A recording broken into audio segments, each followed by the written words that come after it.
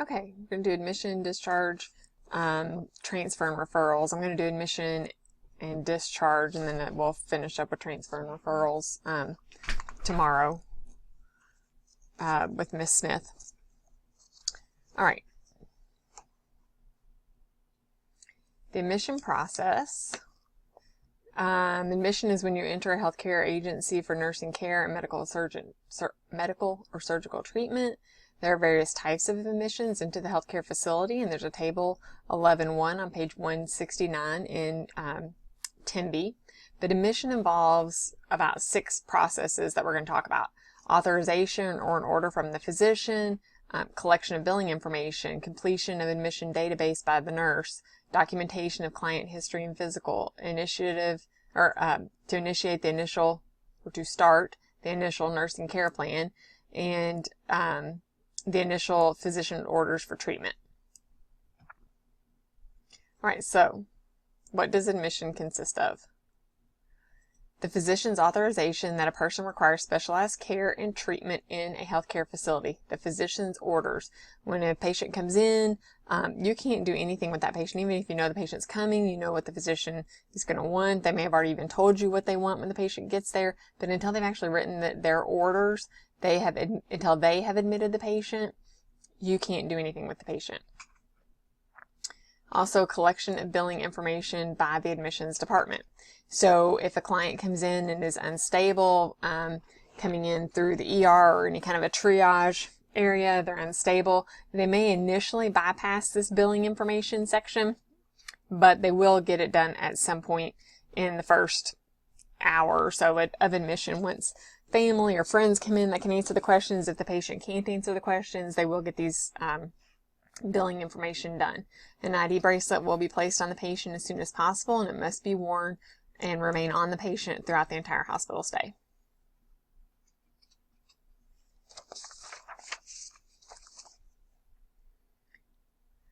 Oh, where's my mouse? There we go. The admission process is the completion of admission procedures by nursing personnel, a nursing database, documentation of the client's medical history and physical exam, development of the nursing plan of care, and initial medical orders for treatment. So what are the different types of admission? Believe it or not, there are different types of admission.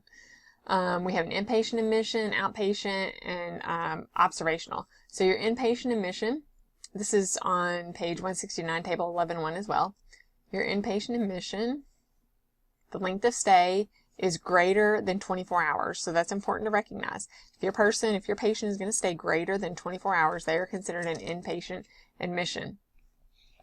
This could be a planned admission, scheduled in advance for scheduled surgery or procedure, or this can be an emergency or unplanned event. They may be stabilized in the ER and then transferred to the nursing care unit. Or it can be a direct inpatient admission where it's unplanned but the ER is bypassed. For example, any kind of acute condition, and my area have patients who are pregnant, and so sometimes a patient will come from a physician's office. The physician's office will call and talk to the attending physicians at the hospital. They tell them what's going on, what they would like to have done, and the patient is then a direct admit. They're going to stay longer than 24 hours, but they can bypass the ER or the triage area and come straight into the unit and be admitted. All right, your outpatient is when a patient is going to stay less than 24 hours. So that's, again, important to recognize. These will be minor surgery, same-day procedures. When I went in, when I was pregnant with the twins, I had several kind of outpatient admissions for preterm labor. They would keep me 23 hours, basically. And we'll talk about that too. To see how things were going. But your outpatient is usually some kind of a minor procedure type thing. And then you have your observational admission, which is where monitoring is going to be required. So the need for inpatient admission is determined within 23 hours. So this is often what happened when I went into preterm labor, was we admit many people on what we call a 23-hour observation. We are definitely not comfortable sending them home. We're going to admit them and observe them for the first 23 hours. But by that 23rd hour, we have to make a plan. They're either staying and becoming an inpatient or they're going home. Okay? So we have to make a plan. All right, the admission process has medical authorization, is physician determined, designates the client's condition, orders required tests, prescribes client care and or treatments. All medical treatments needed by the client are not available except in an inpatient facility. And they write orders for the admission, the physician does.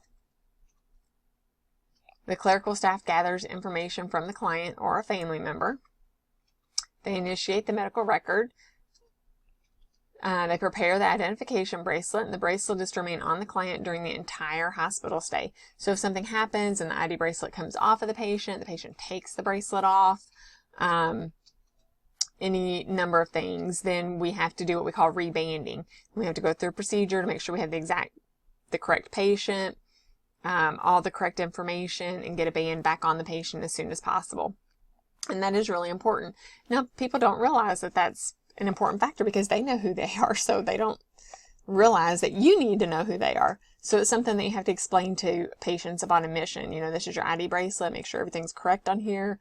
I usually have them read it and verify it if they can read, or a parent read it and verify it if it's a child, to verify that the information on the ID bracelet is correct, and then place it on the ID bracelet, and then advise them or teach them that they need to keep that bracelet on at all times during the whole hospital stay.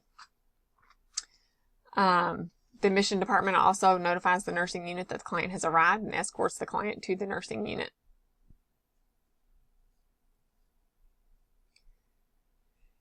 All right, the admission department prepares forms, the admission record, which includes the client's name, address, phone number, place of employment, insurance company, policy number, Medicare information, and their emergency contact information. This is all biographical data. This up here, I love to tell this story because most people don't even know what this is. This is what they used to call an addressograph card, and it was like, y'all are probably young, don't even remember this, but it was like old credit card machines when you had to put your credit card in the slot and you ran the little thing over it, and it made a indentation because it was raised on there, and you did stamped all the patient's paperwork like that. They had kind of carbon copies in the paperwork. Well, now we don't have that. Everybody has stickers with all their information in it, which is good and bad. The bad is that now you have to make sure that there is a sticker on every single page. So if it's a paper with 3 copies to it, you have to make sure there's a sticker on all 3 copies, not just the top copy.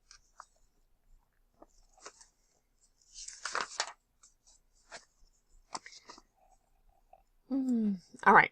So the admissions department prepares the addressograph card or stickers to identify the forms belonging to the patient record that contain the client's name, date of birth, room number, medical record number, and the physician's name. And now this stuff kind of varies. The physician's name is not on all of them. The room number is not on all of them. But the patient's name, date of birth, and medical record number is on every identification bracelet.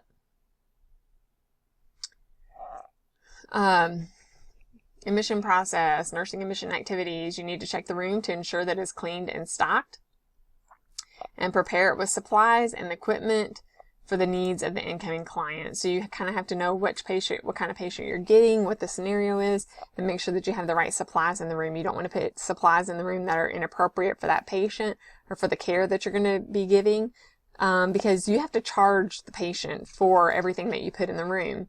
There are basics that everybody's going to get. You're going to put a water pitcher, a couple of cups, tissues, towels, gowns, slipper, the little socks with the treads on them, those types of things. You're going to give that to every patient.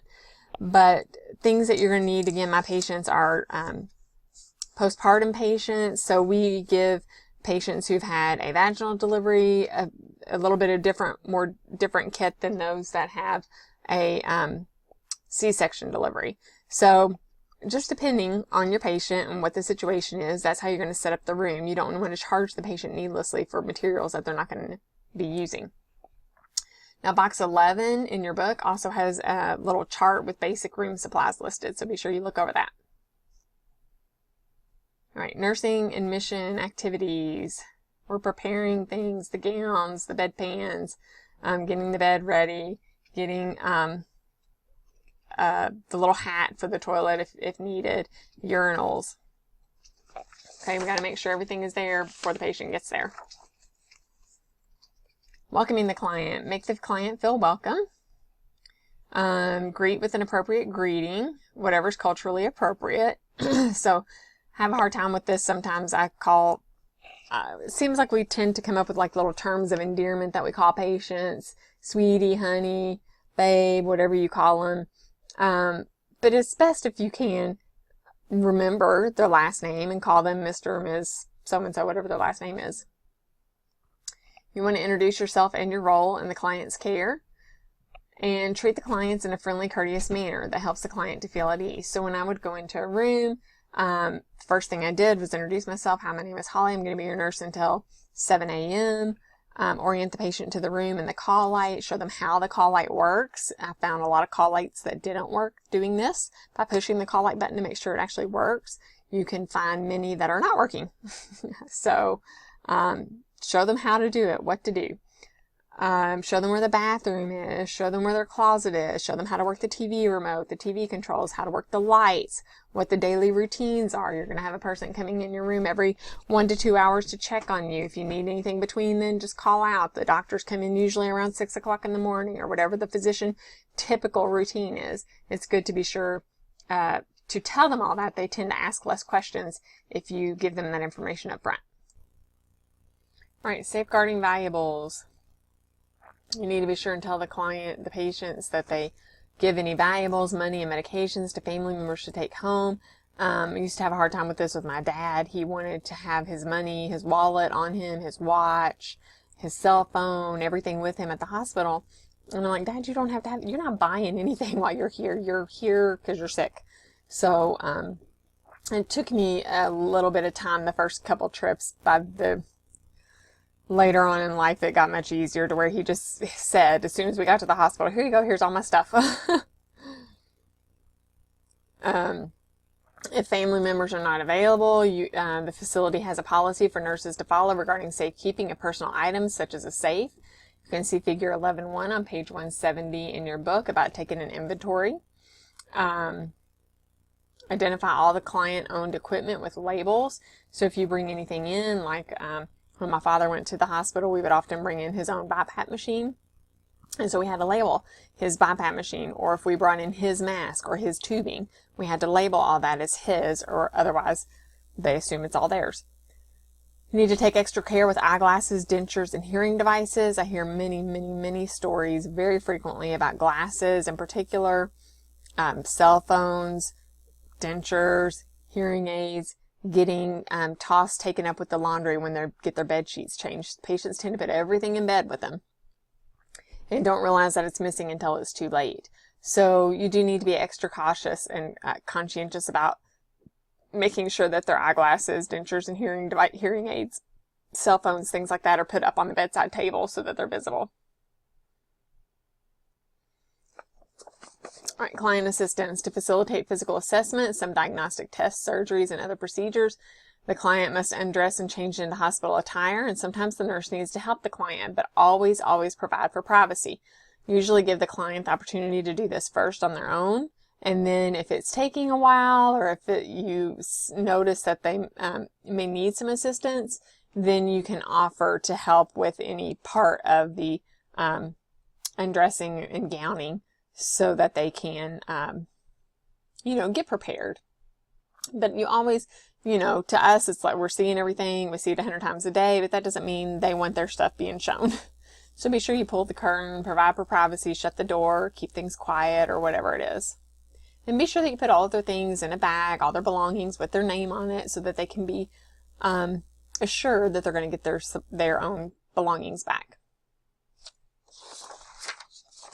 All right, your nursing database.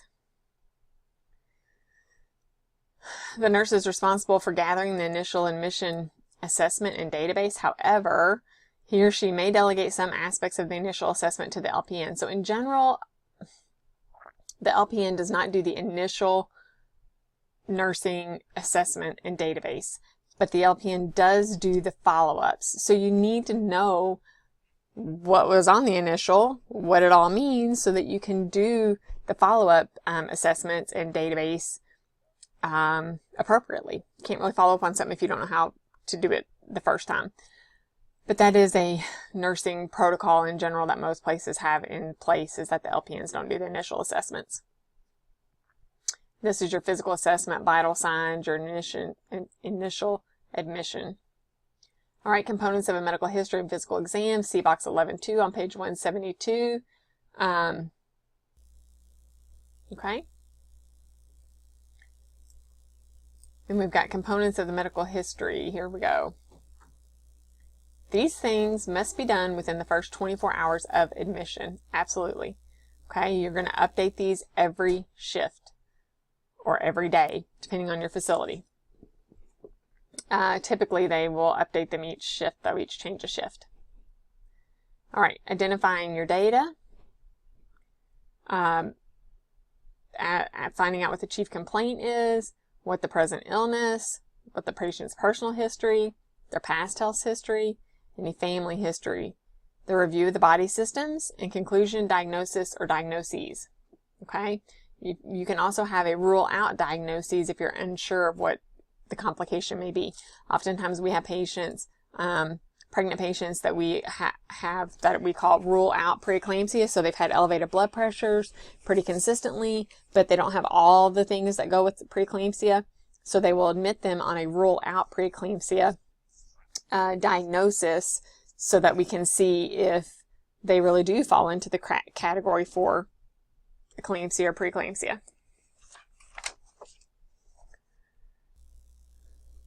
All right, the initial plan of care. Plan of care is also known as the care plan on page 171. Joint Commission reviews client documentation for the nursing diagnosis.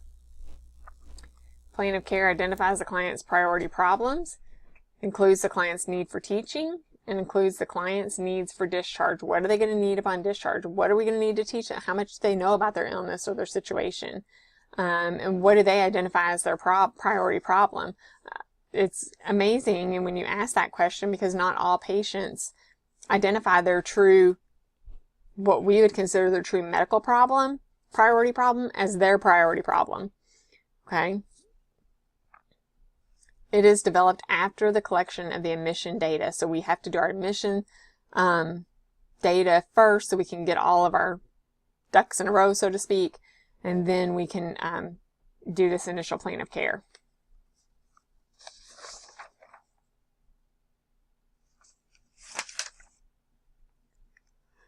All right. Excuse me. The initial plan of care must be developed as soon as possible, but absolutely no later than 24 hours after the admission. So this occurs for even our newborns. When our babies are born in the middle of the night, if it's a normal newborn delivery, no complications, the physicians don't need to be there necessarily. And so oftentimes they'll say, just call me at whatever time in the morning, and they come down and will admit all of the babies that were born throughout the night in the morning, because they have to have that initial assessment done, just like we do as nurses, within that first 24 hours. All right, the plan of care is revised as more data is accumulated, as the client's condition or needs change, and as the client's goals are met. Then as all these things happen, we revise our plan of care. Medical admission responsibilities, nursing responsibilities upon admission are to notify the physician once all the admission procedures are completed, to get additional medical orders, and the physician must also obtain a medical history and admission assessment within the first 24 hours. So that's what I was speaking of, when the physicians have to come down and admit the newborns, in the morning, they have to as well do this initial database just like we do within 24 hours. The admission process, once the admission process is completed, make sure you document the initial assessment and double check all the physician's orders. This is your responsibility to double check the physician's orders. This is a big one now with all the computerized stuff. There's not always an alert that says, oh, the doctor put an order in. They may not even be on your unit. And that makes it difficult to know that you have to keep checking on that in the patient's orders to see if there have been new orders written. The physician may be on another floor even in the hospital, but happened to think of something they wanted, some lab they wanted drawn or something they wanted done on the patient. And they just put the orders into the computer, and you don't even know. They don't have to notify you or call you and tell you that they put new orders in. And so that's, I don't want to say a drawback, but that's something that we have to be very conscientious of, is double checking those orders frequently.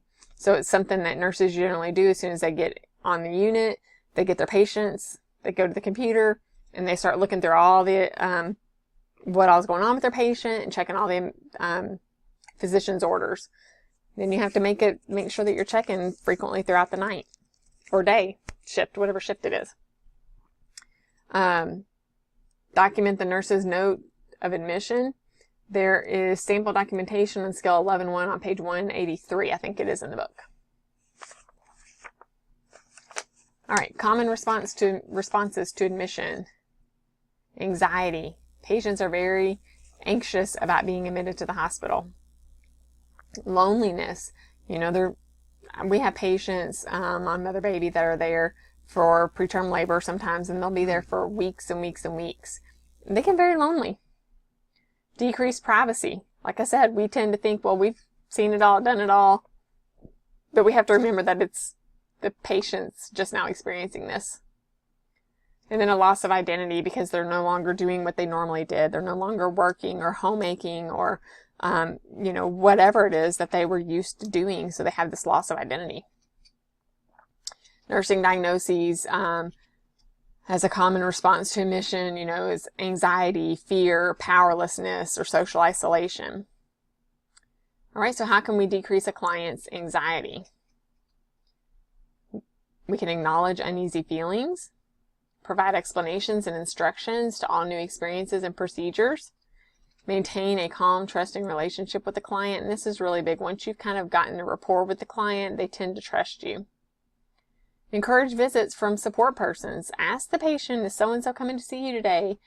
Try to make provisions if their patient has therapy or something's going on. Try to make sure that that's done around whenever people are coming to visit so that the patient can have visitors.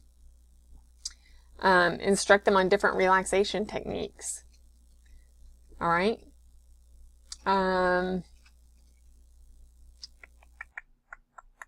Need to see the nursing care plan on anxiety on page 173 and 174 in your book. All right, so how can we decrease a client's loneliness? Again, we're going to encourage visits from family members, friends, coworkers, pastors. Encourage reading, watching TV, small projects, etc., to the patient's liking or desire. Several things that we have been able to start doing with technology is patients can often Skype their family or they can FaceTime their family at home, so that really helps. We have like many floors will have like a reading cart, so they'll have different books that patients have borrowed and read or donated, so there's always books around to read. They'll do coloring books for patients, just to have something to do. Sometimes it's needlepoint or cross stitch or knitting, crocheting, just little things that the patient can do to keep their mind off of the fact that they're just sitting there. Gets really boring watching a million TV shows. Bringing in DVD players and VCRs or whatever so they can watch certain movies. That's also helpful. Pet visits are really good to do. This is happening really pretty frequently now on many units. I know in the several times that my dad's been in the hospital, they've had many pet visits, and it's really nice. It's very interesting, the different types of dogs you'll get. Some little teeny dogs, some really big dogs. But it does just provide some kind of a little break up to the monotony of the day. And be sure that you're listening to the client, asking the client what would they like to do, and then being sure that you attempt to meet any of those needs that you can.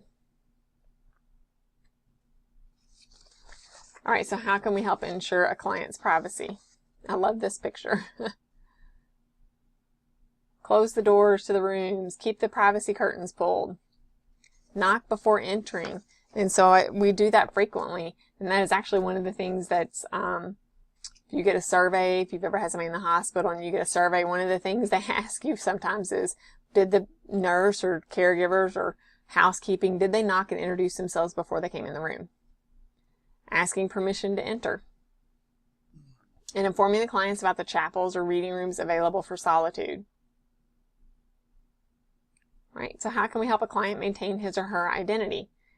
We need to address the client by name, unless otherwise, noted by the client. You have to be sure to maintain HIPAA policy guidelines, so we can't leave any information pulled up on the computer. As soon as you pull it up, you look at it, you have to log out so that somebody walking by can't see it. They have many computer screens in the hallways now, or computer screens in the patient's rooms, and if you leave that up, now they all are set to shut down after a certain time frame, but it doesn't take that long for you to read whatever's on the screen. So you want to make sure that you are making a conscious effort to turn them off, shut them down, or what have you, so that the family members and everybody else can't see what's going on. Encourage the client to personalize the room, put up cards or calendars or pictures, especially if they're going to be there for a while. You really want to do that so that they're not feeling so isolated. And you can tell them to dress in their own gown or clothing. And that, that's very appropriate depending on what's going on with the patient. That makes them feel way less like a patient, more like a person. Okay, so if at all possible, you do want to allow them, facilitate that dressing in their own clothing. That really helps them. All right, the discharge process. Discharge process is termination of care from a healthcare facility. It consists of, a written medical order, completing discharge instructions, notifying the business office, helping the client to get ready to leave and assisting with transportation to the exit, writing a summary of the client's condition at discharge, and requesting the room to be cleaned after discharge. So you cannot discharge a patient until you have the discharge order from the physicians. They come around. They do this all the time. They'll tell the patients at 6 o'clock in the morning, okay, you're good to go. Well, they're not really good to go because the nursing staff does not have the patient ready to go, number one, and the physician may have said that at 6 and may not write the orders until 10, okay? You cannot do anything until that medical order is written, so you don't want to take the patient's word or the physician's word or whatever. That order has to be done. All right, obtaining authorization for the discharge process. It is physician determined. The physician determines when the patient is ready to go. You must have a written order. The discharge assessment is done by the physician and the nurse. You have to do it. The physician comes in and does a discharge assessment, and the nurse does a little discharge assessment. Prescriptions are given to the patient. Now, at UK anyway, they have this thing called meds to beds, where they're trying to get prescriptions actually filled in the hospital and given to the patients before they even leave the hospital. So that really cuts down on that fact where many patients don't follow through and go get their prescriptions filled. They say, yes, I'll get them filled, and then they come right back in the next couple of days with the same complications because they never got the medication filled. And then follow-up appointments need to be made. And that's really important as well. Same thing. If you don't make them, the patient often will not make them either. All right, the discharge process. We have AMA. A patient can leave AMA against medical advice. This is when the client leaves without physician authorization. The client is usually unhappy with their care, but not always. Sometimes it's just the fact that the client is tired of being in the hospital and they just want to go home. Nurses can oftentimes persuade the clients to stay if you ask them what they need. Oftentimes it's the loneliness aspect. And so it may be seeing if somebody can spend the night with the patient, or getting the Skype or the FaceTime going, or allowing them to get up into a wheelchair so many hours a day or something like that. But oftentimes nurses have a really vital role in getting the patients, persuading the patients to stay. You do have to inform the nursing supervisor and the physician immediately if a patient leaves against medical advice. I've had many, many patients that wanted to leave against medical advice. And I tell them, my patients that want to leave against medical advice are usually still pregnant. They're tired of being in the hospital. They just want to go home.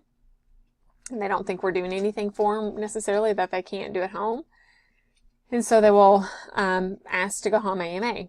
And that's fine, but what we have to explain to them is the fact that AMA, going home AMA, is several things. Number one, insurance will not cover any of your hospital stay if you go home AMA. If there are complications, my patients who are pregnant, they go home. If they deliver their baby on the way home or at home, we're not held liable for any of that because we advise them to stay so that we could help take care of the mom and the baby. Physicians need to come and talk to them and sign the paperwork. And then the patient has to sign the paperwork that they understand that there is a high risk with them leaving. And the physician writes on there what all the risks are for the patient and the baby, in my case, and the baby. And the patient signs that they're fine with that. They understand the risks and they still want to leave. Sometimes you have patients that leave AMA because they say they're just going to go downstairs and go outside for a few minutes or go get something to eat. And they never come back to the floor. We can't sign those patients out. AMA, we just have to document consistently, you know, when was the last time you really saw the patient? Did the patient say anything? What's left in the patient's room? There's been many, many times when we thought patients just left AMA, have been gone for hours and hours and hours, like 6, 8, 10 hours. And sometimes they went out to eat and come right back. Don't tell anybody. Sometimes they never come back. So, just depends. All right, if a client is determined to leave AMA, you have to have a special form signed releasing the hospital, the physician, and the staff of any responsibility of further complications. That's what I'm saying. They're going to sign that they understand that we are not held liable for any problems that occur. Some clients may refuse to sign. Nurses must then document what took place and put the document in the client record. So sometimes they refuse to sign that because I don't want to be held responsible for that. You're going to be held responsible if I leave and something happens. We still just have to document everything. This is what was told to the patient. This is what the patient said back. The patient is still refusing to sign the documentation, and that will still hold up, be admissible in the fact that the facility, the hospital, will not be held liable. It's still the patient's determination once they've been educated. All right, a really important aspect of discharge planning is the fact that discharge teaching actually begins on admission. As soon as the patient is admitted for any procedure or any reason, you're already thinking about discharge planning. So you're already trying to plan and make arrangements for when they go home. How are they going to handle this when they go home? How are they going to cope with this when they go home? And that always begins at admission. So it seems weird that you're starting discharge planning as soon as you get this admission, but that is how the system needs to work. You can't be rushing at the last minute to do discharge planning. You have to be doing it from the beginning. The nurse identifies what knowledge, skills, and community resources the client needs to maintain safe self-care. And the teaching occurs throughout the hospital stay, preparing the client for the discharge. You cannot do all this education when they're walking out the door or the day of discharge. All this discharge teaching has to be done consistently throughout their hospital stay. Nobody's going to soak all that in one setting of discharge teaching. All right, before the client leaves, the nurse reviews the teaching that has been provided throughout the entire hospitalization.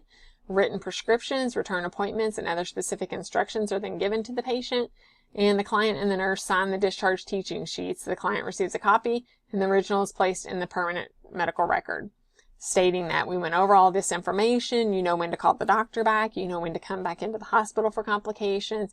You got all your prescriptions. You are going to get them filled. You know what that means. You have this return appointment, and you go over all this stuff with them, and they sign that they understand everything that you went through. All right, the discharge process, the method, discharge guide. Method, M is for medications.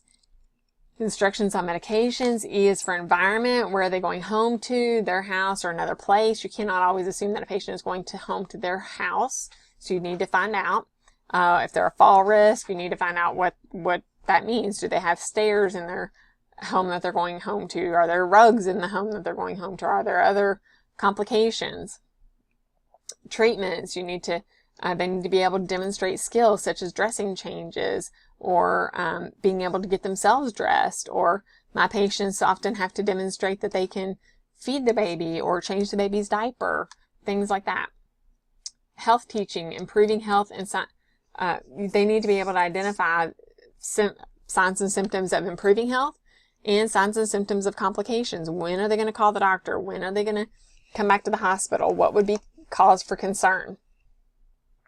Outpatient referral, that would be PT or home health referrals that would be made. And then D is for diet, low fat, low salt, diabetic, whatever their specific diet is that they're going, regular diet, whatever their diet that they're going home on, you need to do that as well in the teaching. That's on table 11.2 on page 176 in the book. So be sure you understand that method, method discharge guide. All right, the discharge process, you need to help the client gather his or her belongings. People will bring everything in the kitchen sink to the hospital. Everything. So it may take many trips. Ask family members if you know that they're going home tomorrow. Ask them to bring bags up the next day to help get everything down. We'll often have people take one load down by themselves when they go to get the car, and then we bring another load down when we bring the patient. Make sure that all valuables have been returned. If we locked anything up, make sure it gets back to them. Arrange for transportation. It may be a family member or a friend. And escort the client to the exit door via the wheelchair. Some clients may prefer to walk, and if they do, you need to walk with them, and you need to stay with the person until he or she is safely in the car. That also often depends on the hospital or facility policy. It's our policy for people who've had a baby to be wheeled out to the car because they are at a greater risk of falling. They are at a fall risk. And oftentimes it's not the nurse anymore that does that. They have transport now that comes and does that, but they call transport. Transport picks them up in the room, gets them all the way out the door and all the way to their car. They don't just drop them off down in the front waiting for the ride. And that's important. Writing a discharge summary. The nurse documents the discharge activities and the client's condition upon discharge. And there is skill 11.2 on page 186 in your book that you can read through about the discharge summary. All right, and then we've got client transfer, and I'm going to hold on to that and let Miss Smith start with client transfer. So she's got transfer and what's the other thing? Referrals. Okay.